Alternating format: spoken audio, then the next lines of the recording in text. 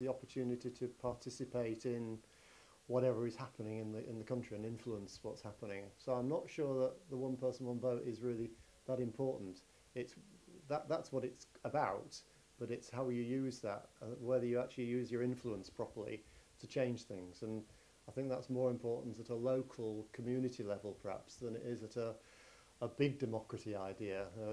The national democracy thing, I don't think works very well because it's so far away between me as an individual and government.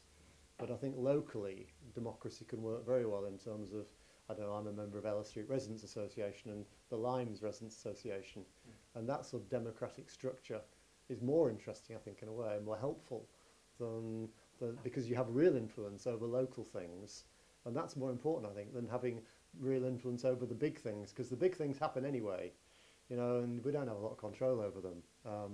There are all sorts of other forces come to play on the big issues, and I think the individual vote is only marginally important, whereas locally you can have a lot of influence on the smaller pond of Hull or the street, and that's where democracy works best. I think it works anywhere. Unless you've got a structure which gives power to a lot of small states or small areas. So I think Germany, for example, or is it France, they've got quite small regional provinces, and each of those got quite a lot of control about what happens.